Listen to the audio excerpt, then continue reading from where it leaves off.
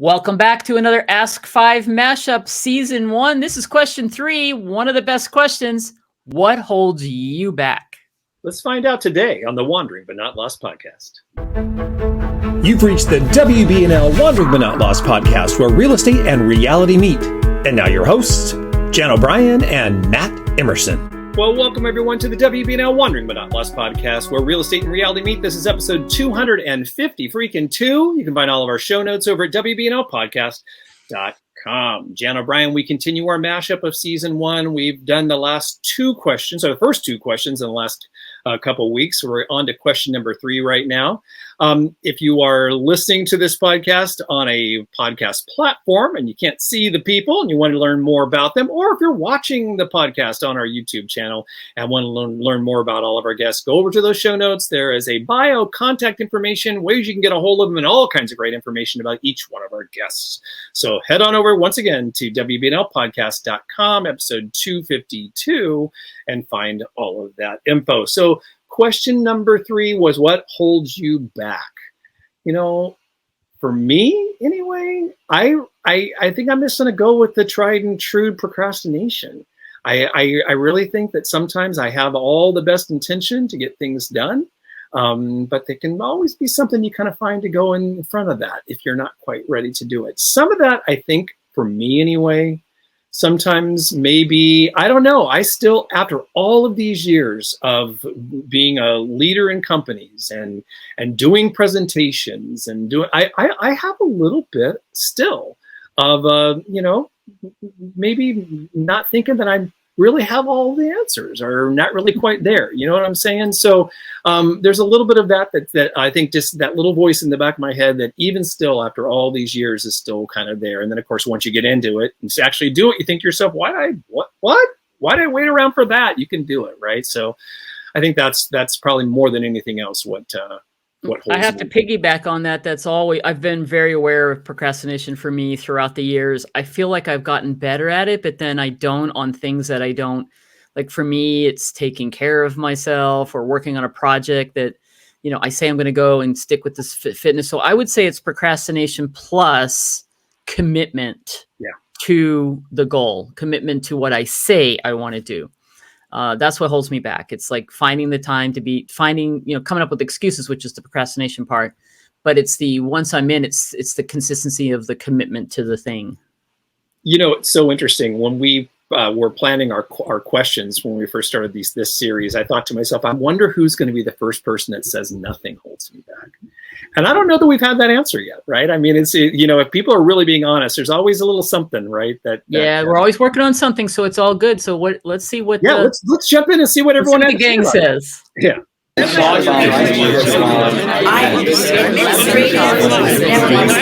What holds you back? And then when you realize you're being held back, what do you do to overcome that? The main thing that holds me back is trying to do too many things at once and not focusing on this. This is the important stuff. I actually had the good fortune many, many years ago, before he ever wrote the book, to get trained on time management by Brian Moran, who wrote the 12-week year. Before it was ever known as the 12-week year. Back then he called it periodization for business, because periodization is an athletic term. As it turns out, 12-week year sells more books, I think. You would think, maybe. Right. But it's really like, how does Michael Phelps go 3.5 years without getting into a swimming pool and then 6 months later start winning gold medals again? Yeah. And it's really focusing on the things that you have to get done that move the needle and letting the distractions fall to the side. And so for me, that's my biggest thing, is not programming into my day focused work. Nice. And knowing what I'm going to do when I get there, and not having 14 projects going on. And, I learned a long time ago from Tom Ferry, the idea of the doing, done board. And I love that. In that doing section, you're never doing more than 2 things. Yep. And you're doing them until they're done. And so that's really where I try to stay, is I've never got more than 2 strategic projects. I'm always going to answer the phone for the agents that have calls and things like that, but I have never had more than 2 strategic projects working at one time, and we're going to do them all the way till they're done before we pick something else up. Awesome. See how he's doing this coaching thing right here? I love it. Shared his thing, and then he's got a solution for it, or what he does and what you use, and we appreciate that because that one's a good one. Time managing.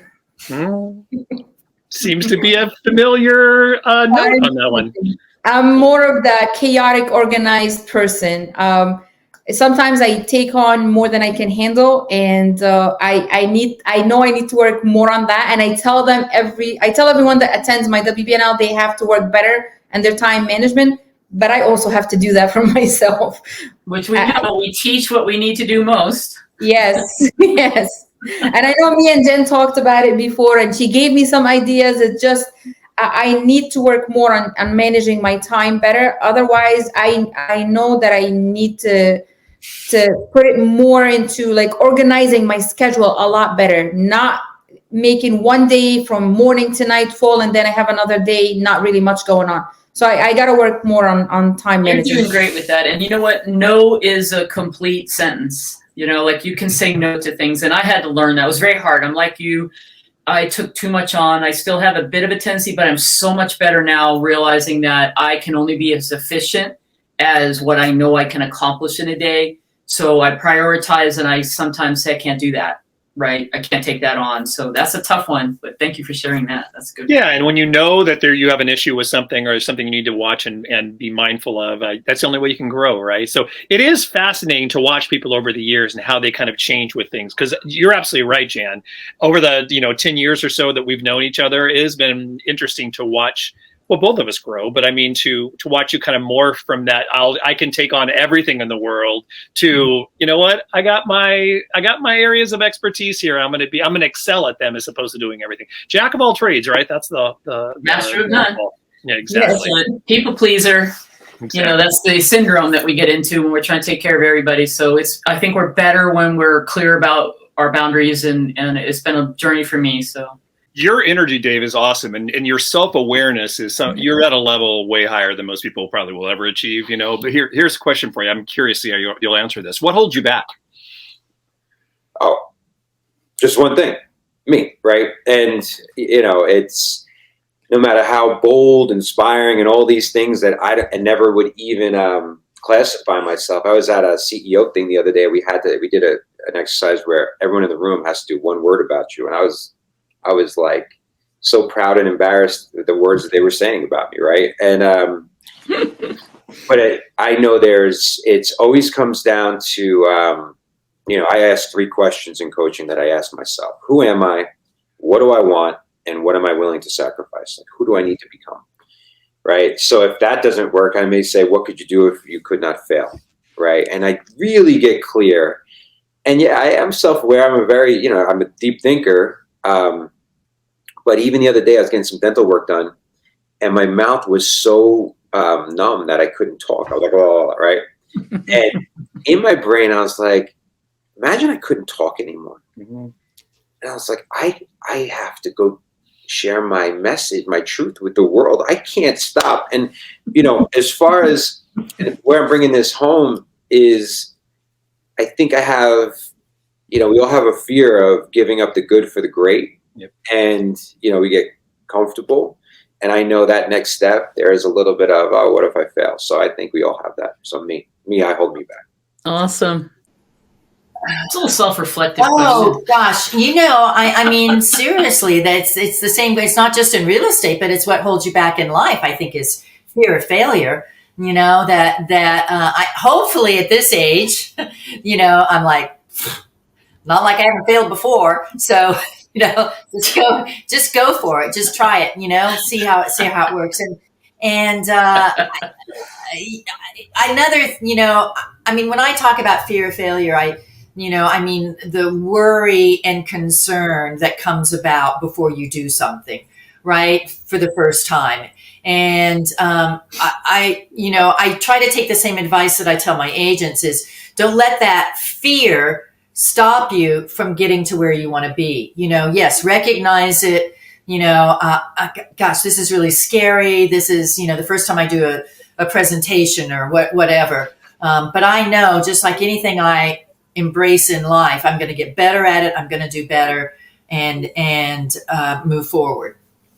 All right, feel the fear and do it anyway. There it is. Yeah, it's the whole coaches have the worst time with the do as I say, not as I do syndrome. It's very interesting. So that's just the way that works.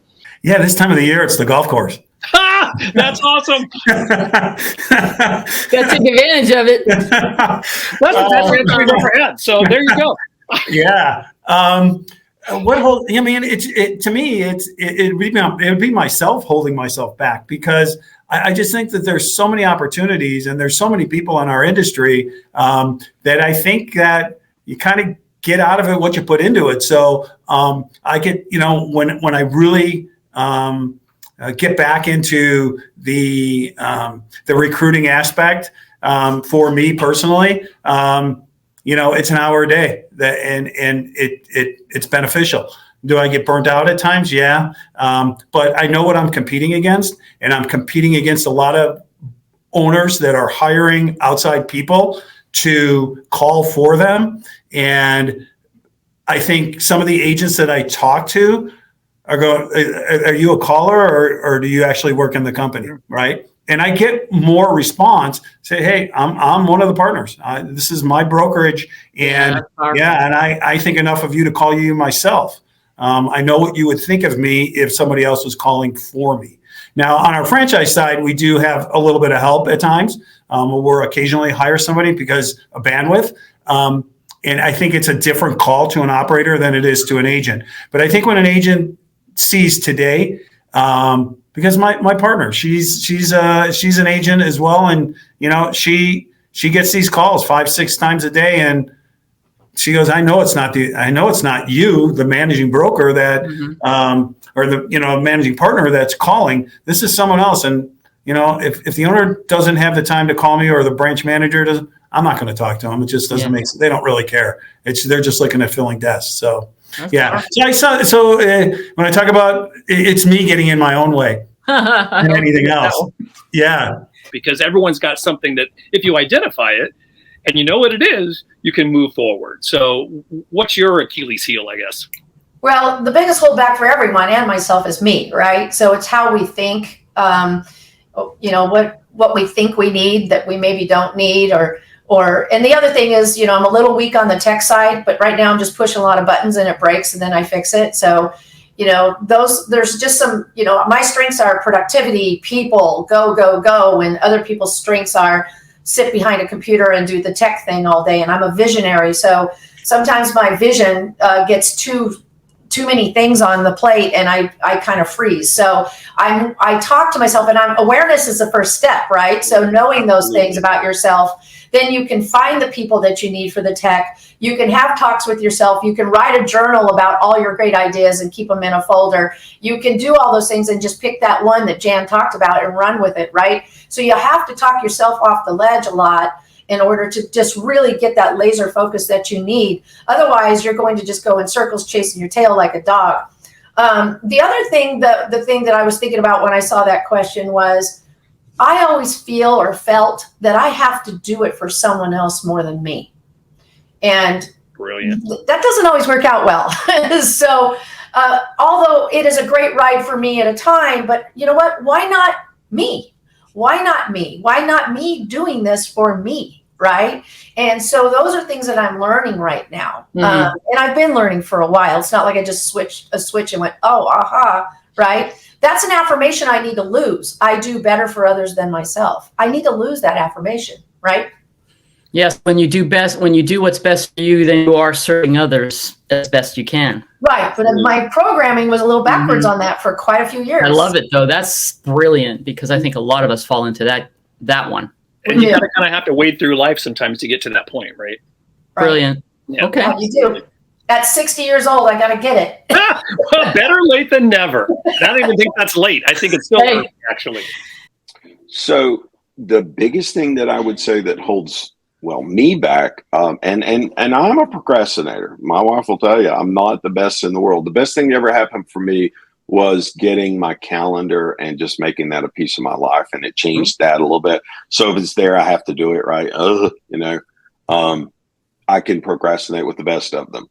But what I see mostly holding people back is their fear, their insecurity, and I want to just say laziness. Sometimes we're pure lazy and we don't do the work. I encourage everybody to get everything done before 12 o'clock. Like that. The things you don't like to do, try to get it done as soon as possible. All the busy work, and don't open your social media until you've gotten certain things done, because that's a vacuum that will suck so much time away from. It's an easy thing to do, right? I need to do this, but let me go check Facebook because I can sit there for 30 minutes and waste my time. So I guess the procrastination piece is huge, but I think it's really just it's the inner battle we have within ourselves of just understanding what we need to do and making it a priority. I'm really curious to hear how you'll answer this question, Youssef. What holds you back? Well, me personally, I don't have anything holding me back from anything. But what holding me back, which is probably applied to everybody, if I'm working with people, it doesn't matter if they are a client or employees or even realtors.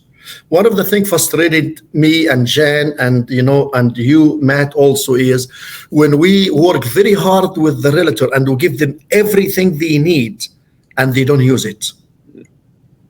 We feel like, because when they fail, we feel we failed.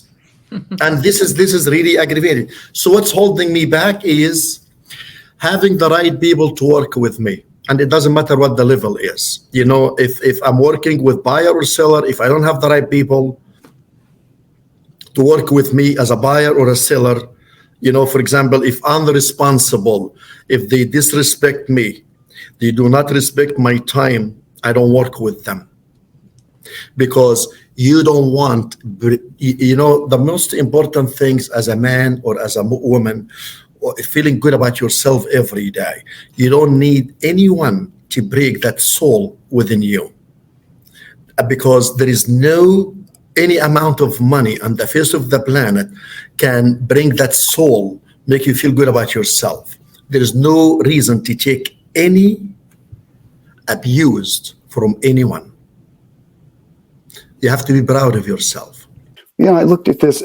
I want to say I'm and not being able to say no. I have, like you all, I have so much at 56 that I want to do in this industry in terms of coaching and sharing what I've learned and the pitfalls that I've encountered. The only thing holding me back is the time to do that. And that means, I do. Obviously, there's management requirements here that are take some time. But beyond that, I work at night, and it's not really work. It's what I love to do. I mentioned I've got a bungalowsandcottages.com, which is it's a website and a social. So it's interesting. Real quick, at Nook, one of my companies, we had 20 agents at the time. And I said, listen, you have to be better at social media, and I'm going to show you how to do Instagram. So in March of 2018, I said, I'm going to start an Instagram account and watch what I do. And so fast forward, 4 or 5 years later, it has 213,000 followers. It wow. Which is a lot. It's got 30,000 on Facebook. I took something because what I didn't want them to learn was, hey, this is how to go and, do something weird. It was real estate. Thank you. That's number one coach. So it's real estate centric, and people love. Somebody told me this back in 2001 when I started my first real estate website in Lakewood Ranch in Florida, outside Sarasota. I said, wow, I've got all these pages, and doing website was fairly new back then, and it did very well. Because back then we had 5 million houses on the market and 5 million people searching for houses. Yes. Now we still have 5 million houses and 90 million people, and so the conversion of conversion of online is very steady. It's less than 1% at this point. But at the time, somebody said to me, people just want to see houses. They just want to see houses. And so, we get caught up a lot of times behind let's tell them about this. No, just show them they're aspiring homeowners. They want a better life. They want everything a home offers. Just show them homes.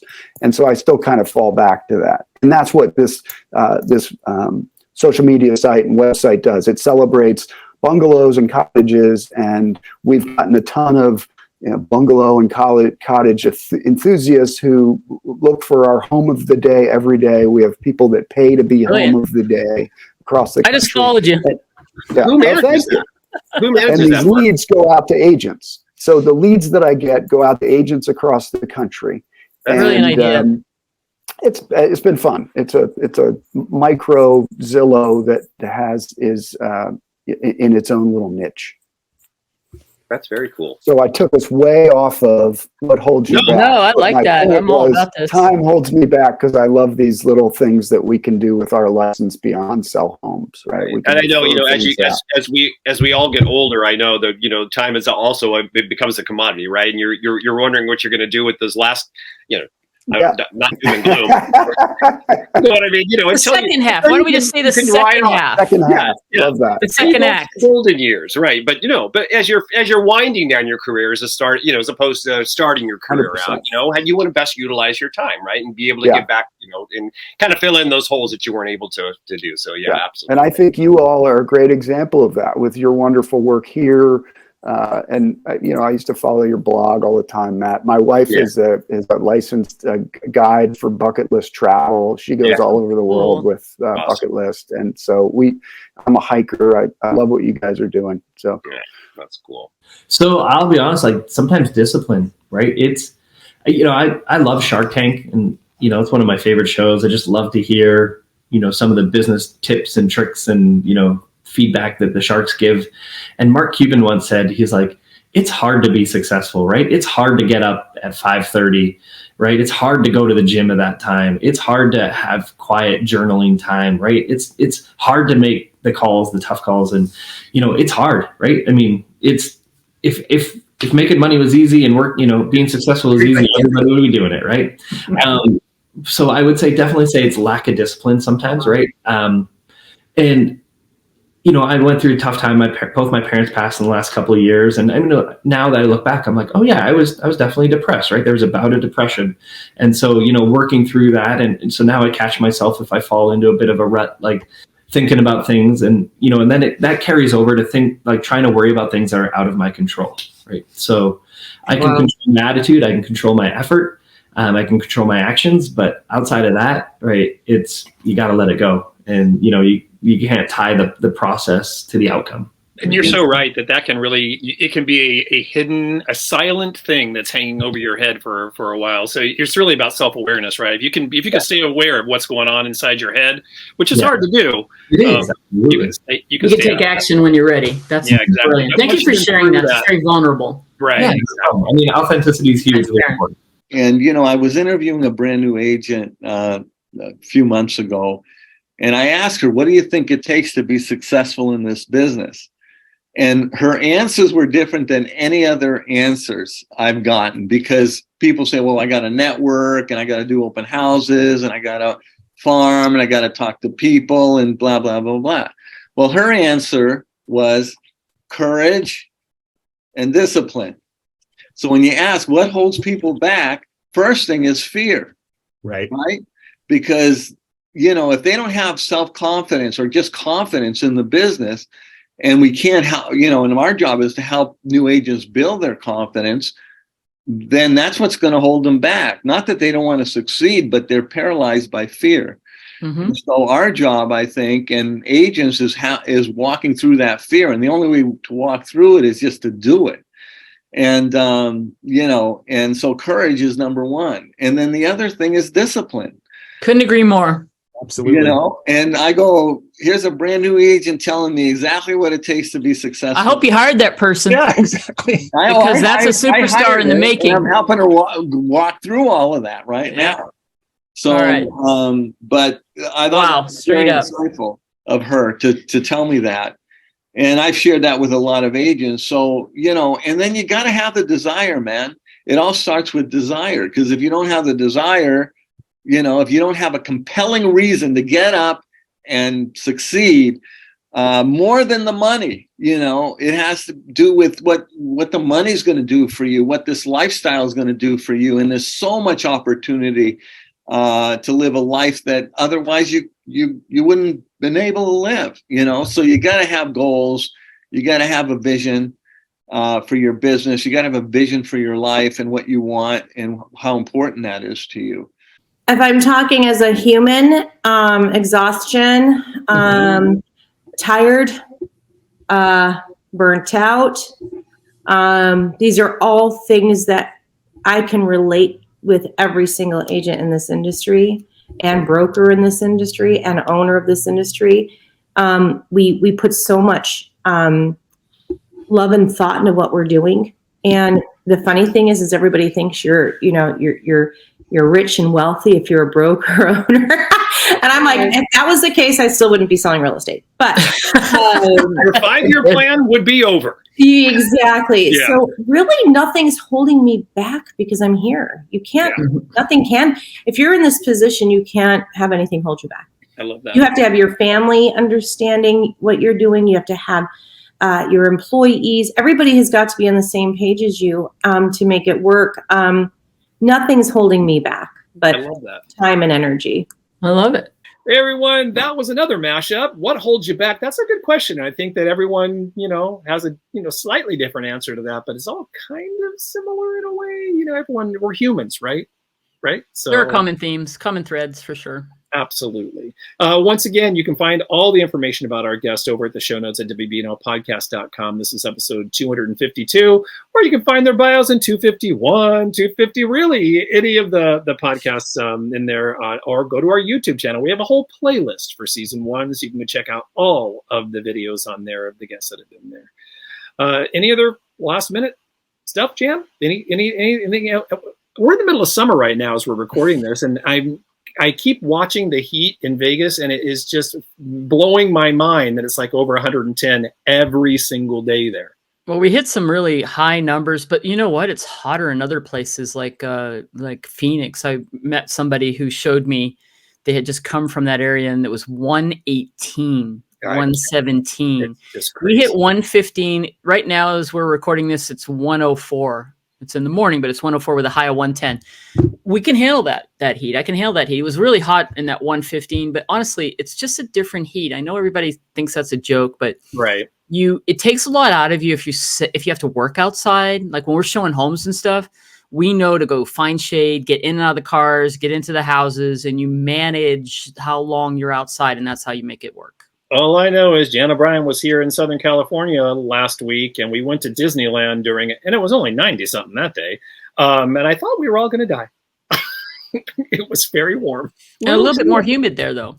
Very much more humid. At least our humidity's kind of gone away, but it did hit 101 yesterday, and that was just not a good thing. So I feel for you. Listen, everyone, stay hydrated. Stay hydrated out there. Stay hydrated. Wear a hat, wear sunscreen. There you go. All those good things. And get up. Well, actually, stay in. Stay safe. Get up, but get out in a protected sense. Exactly. Or live the cool. life you dreamed, right? And be forever wandering, but not lost. Yes.